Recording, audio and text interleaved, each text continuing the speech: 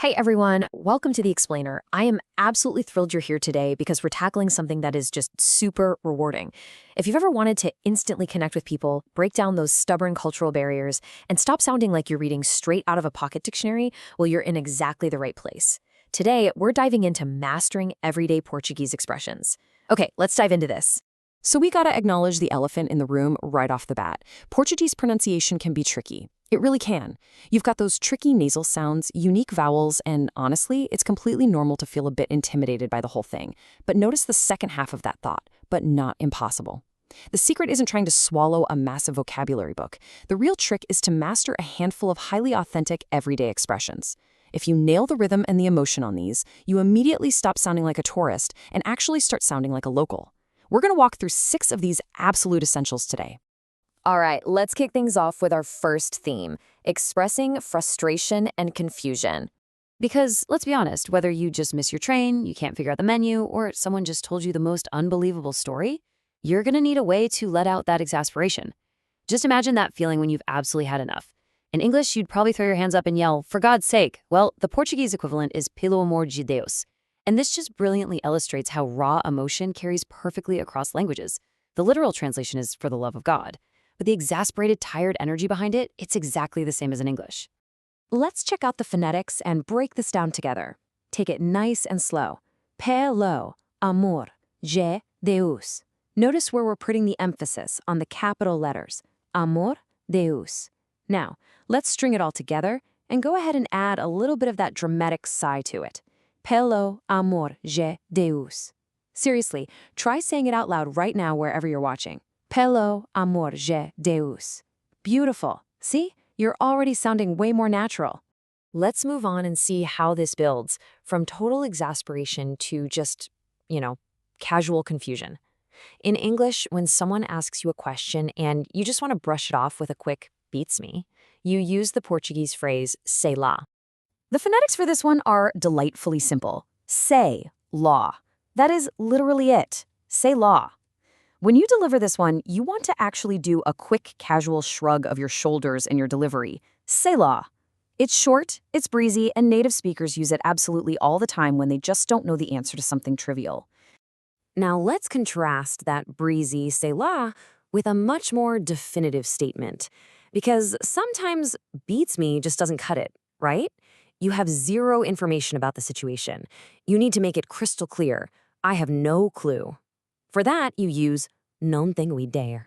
All right, this one requires a little more vocal gymnastics, so let's look at the breakdown. Não tenho ideia. That first word, no, meaning no, has that famous Portuguese nasal sound. You really want to send the sound right up into your nose. Não. Then tenho. And finally, the smooth flow of ideia. Don't rush it, take your time with these syllables. Não tenho ideia. When you string the whole thing together with a little shake of your head, you are perfectly conveying that you are completely in the dark. Moving right along, let's transition into our second theme, setting boundaries. Sometimes you just need to be a bit more firm, You need to put your foot down, be assertive, and make absolutely sure you're understood without any room for misinterpretation. If you really need someone to back off or leave you alone, the English dismissive phrase "beat it" translates into this fantastic, really punchy Portuguese expression, "cai fora." Let's take a look at the pronunciation here. Cai fora. You really want to emphasize that sharp staccato delivery because this isn't a gentle suggestion, it's a command. Cai fora. Mastering this specific, sharp intonation is honestly what makes you sound highly authentic. It shows you aren't just reading words from a page, you actually get the weight and the attitude behind the vocabulary. Now, what's really interesting here is how we handle setting a condition. In English, we typically just use the single word "otherwise," but the Portuguese translation expands into a much more formal 2-word phrase, caso contrário. It literally leans toward "in the contrary case." Let's walk through this pronunciation together because it has this wonderful rolling musicality to it. Caso contrário. Pay attention to the emphasis. Caso contrário. You can kind of hear the rhythm in it, right?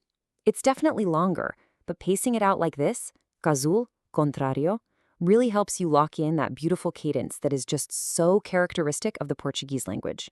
All right, let's end on a high note with our third theme, showing agreement.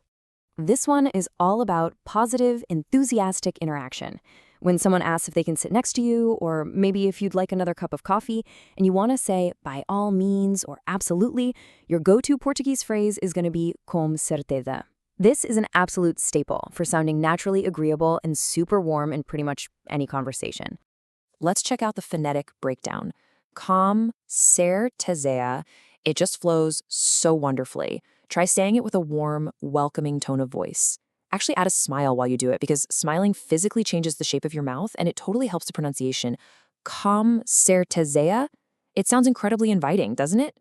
So the crucial point is practice makes perfect, and seeing it all together like this really helps solidify those patterns.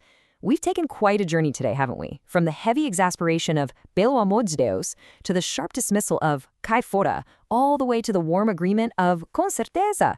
We've covered the casual sei lá, the structured caso contrario, and the very definitive non tenho idea. By practicing these specific phonetics, you're literally training your mouth to adopt the natural rhythms of a language. Which brings us to our final question. Want to sound more natural in Portuguese? We'll start exactly here.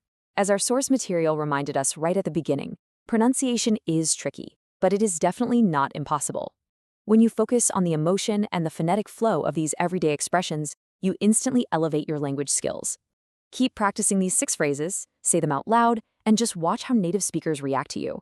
Because if mastering just 6 little phrases can completely change how you experience the culture, imagine what an entire conversation could unlock. Thanks so much for joining me for this explainer. Keep up the fantastic practice, and I'll catch you next time.